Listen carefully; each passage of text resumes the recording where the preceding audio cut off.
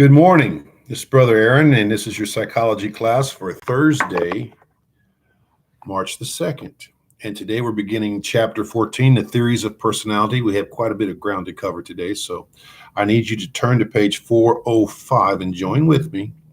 But it's a very interesting chapter, and this gives you a little bit of insight into how people behave. Plus, might even be self-reflective for you to understand some of the things that happens in your life. So remember that psychology is the study of human behavior, and this is a little bit of some things that generates behavior in human beings. Difficulties in understanding personality, page 405, beginning of chapter 14. In this chapter, we try to get a handle on personality and what a difficult task that is. People aren't always what they seem. For instance, many professional comedians are very quiet at home, and some of the better ones suffer from serious bouts of depression. Classmates and teachers often misunderstand when you really like what you really feel. They may think you are aggressive when you're really shy. They may think you're outgoing when in fact you look forward to being alone. They may see you as a loner when you actually need company.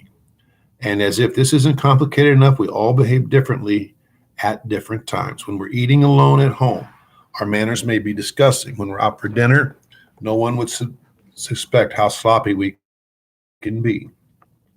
You can see then that trying to pin down personality is a tough assignment. We won't succeed completely. Still, it's worthwhile going over some of the theories about how personalities develop. These theories attempt to bring together an organized, coherent a set of beliefs about how we become who we are.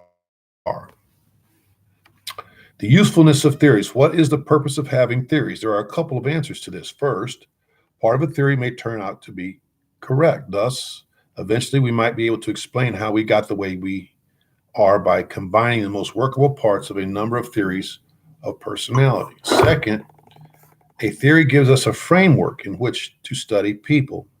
Then we can either accept or reject the claims of the theory based on what studies show to be the case. For instance, at one point it was said that those who abuse and beat their children had parents who beat them when they were children. As it turns out, in reality, this may or may not be the case. But the hypothesis was useful because it gave us something to study to either accept or reject.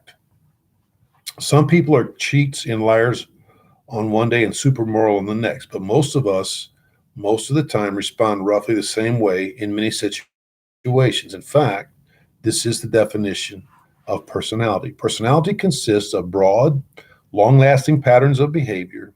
These patterns are fairly consistent from one day to the next. Thus, the odds are that a person who is afraid of canoe trips, hiking, swimming, and heights will also be afraid of roller coasters.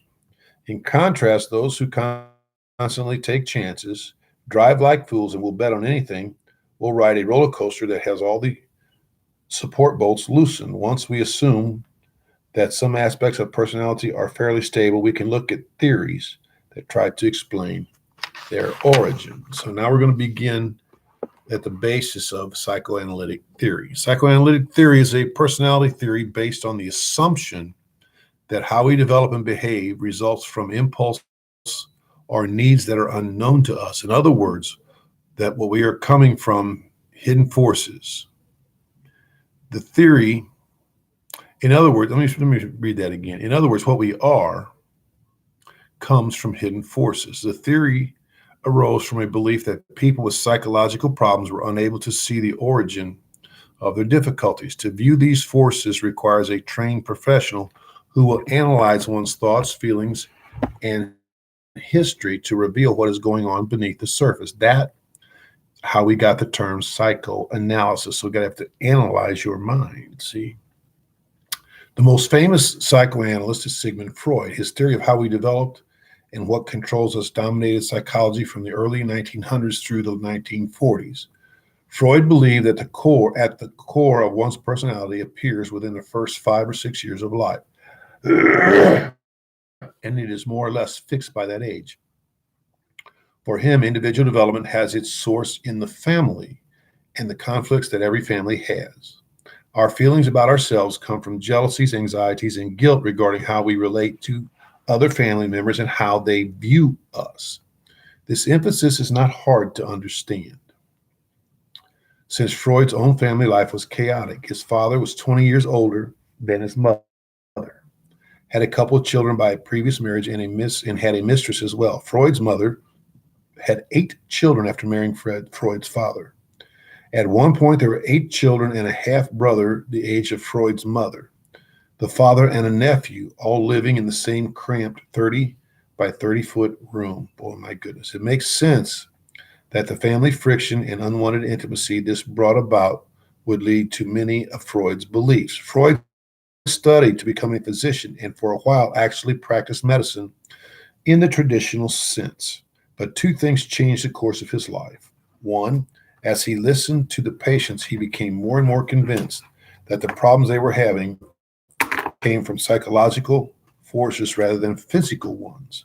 And 2, he couldn't stand the sight of blood. At one point, Freud tried to treat his patients by giving them cocaine. Eventually, he became addicted himself and just about ruined a very meaningful career before overcoming the problem. An early case that Freud consulted on involved a woman who couldn't drink water, but who stayed alive by eating only fruits such as melons. This clearly wasn't a normal sickness, and Freud couldn't make sense of it at first. A physician friend of Freud's told him that he had been successful in using hypnosis with patients with strange symptoms in order to find out what was going on. So Freud thought it should be tried. Under hypnosis, the woman recalled that when she was a child, one day she found a hated servant's dog drinking out of a watery glass in the kitchen. Thus, it seemed that hypnosis helped to get to parts of the patient's mind that were unknown to her normally. Freud began to believe they were guided by impulses and needs that don't show up on the surface. From this belief arose his famous concept, the unconscious. Freud believed that childhood conflicts within the family are removed from conscious memory but are still in us. These events are held in unconscious, the part of us we're not aware of. As far as Freud was concerned, the conscious mind is like the tip of an iceberg. The far larger part, the unconscious, is below the surface.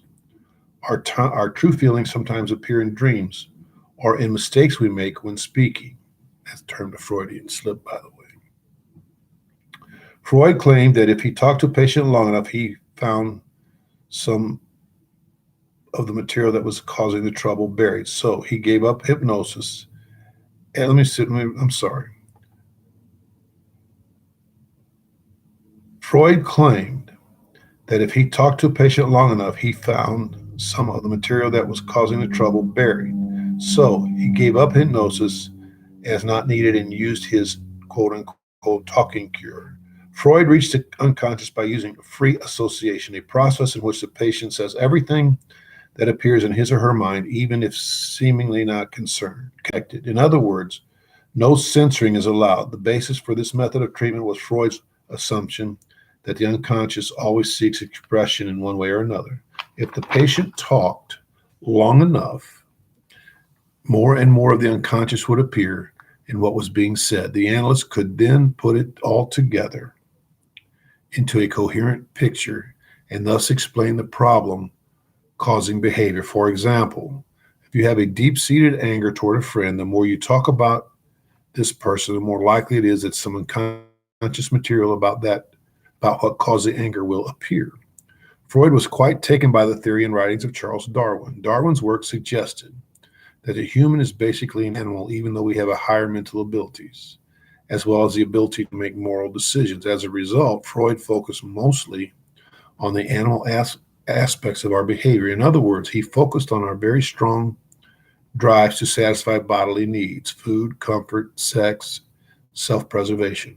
All human societies, in one way or another, try to block expression of too much animal-like behavior, so we can't always satisfy these needs or even admit we have them. Since they won't go away, we try to hide from them by putting them into our unconscious. If everything we wanted to do was good, there would be no problem. But all of us have desires that would just as soon no one else knew about. so we make them disappear. This disappearance is called repression. According to Freud's theory, from childhood on, needs and desires that are forbidden cause guilt. As a result, they are pushed out of consciousness or repressed into the unconscious where they live. They do not remain quiet, however, they reappear as conflicts and anxieties that interfere with daily life and normal functioning. Now, here we look at the stages here, okay? And Freud breaks this all down into these particular parts of your brain or your consciousness, okay? One, the libido. Freud's theory emphasizes an interaction between conscious and unconscious forces. Freud developed his theory during a time of great scientific discovery in the fields of chemistry and physics about electricity, magnetism, and energy forces. He absorbed some of these ideas and assumed that the human had real energy inside, which controlled behavior. This energy he called libido. The libidinal energy constantly seeks some kind of discharge, just as lightning discharges into the ground when it finds a high tree. In the process of seeking discharge, this energy creates tension. If the tension is not released in real life, the desires appear as dreams or fantasies, and attempts at release can also appear as psychological disturbance. Freud's map of the mind. Freud broke the map down of the mind into three stages. Freud divided the individual's inner world into three parts. One is responsible for survival needs, another for society's rules of behavior, and the third part deals with the real world and tries to keep the demands of the other two in balance. Id. All of our basic needs and drives make up the id. Therefore, the id contains our major energy source, which is the libido, which is constantly seeking expression. We cannot know directly what goes on in the id because it's unconscious. It is also completely unconcerned about any reality except its own desires. Because of its emphasis on the sexual and aggressive impulses, the id can cause many psychological problems. Without it, however, we would not eat when hungry or defend ourselves when attacked. Without it, we could not survive. Superego. Although the id is necessary, if we acted out every impulse we had anytime we wanted, society would fall apart. To hold the id in check, we would have, according to Freud, a superego. The term superego is an approximate synonym for conscience. The superego causes us to feel guilt for being bad and pride for doing the right things. It develops out of the punishments and rewards we get from our parents, the first representatives of the society's laws and customs. We need a superego, but like the id, the superego exists only for what it wants. If allowed to operate unchecked, it would block all other drives and instincts, letting us die rather than break a rule. The ego. The third portion of the individual is called the ego. The ego is roughly the same as the self. The job of the ego is really to allow the id to express itself in some safety. In other words, the ego pays attention to reality and monitors what is going on in the environment, as well as listening to what the superego has to say. If the id wants to steal wallets at a police station, the ego will listen to the superego and examine reality, saying, "This is not a very clever idea." So the ego acts as a controller, attempting to balance our desires with the demands of reality. Our personalities show how good a balancing act we have developed. For instance, if the id takes over because the superego is not strong enough, we will develop personalities that are more and more demanding in terms of animal needs. On the other hand, if the ego loses its ability to strike a balance, we become pouty, whining individuals who never satisfied. On the other hand, if the superego dominates as a result of endless control of our every desire, we become guilt-ridden, shy, fearful, and withdrawn.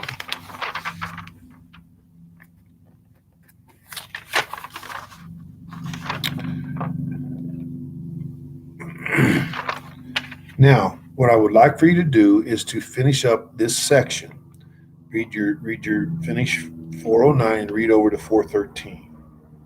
And when you got your stages of development, which is Freud had stages of development for humans from childhood all the way up. and it goes through different stages. And if you watch some of your children that you know, or you see some of your nieces and nephews or cousins and things, you might observe some things. What Freud based some of his theories on. Remember now, these are theories, okay, and they've been fleshed out a little bit. Then you finish reading up about Carl Jung, another early psychologist, and another early proponent of psychoanalysis. And I want you to do your pause for thought on page 413. So for Thursday, your pause for thought on page 413. Okay. Listen, it was great to be with you today. Stay safe and stay blessed. And we'll be coming home after Thursday. We're going to come home next week, not this week, but next week. I'll only have one more class with you online, and then we'll be back in the classroom. Okay. Y'all stay safe and stay blessed. All right. Bye bye.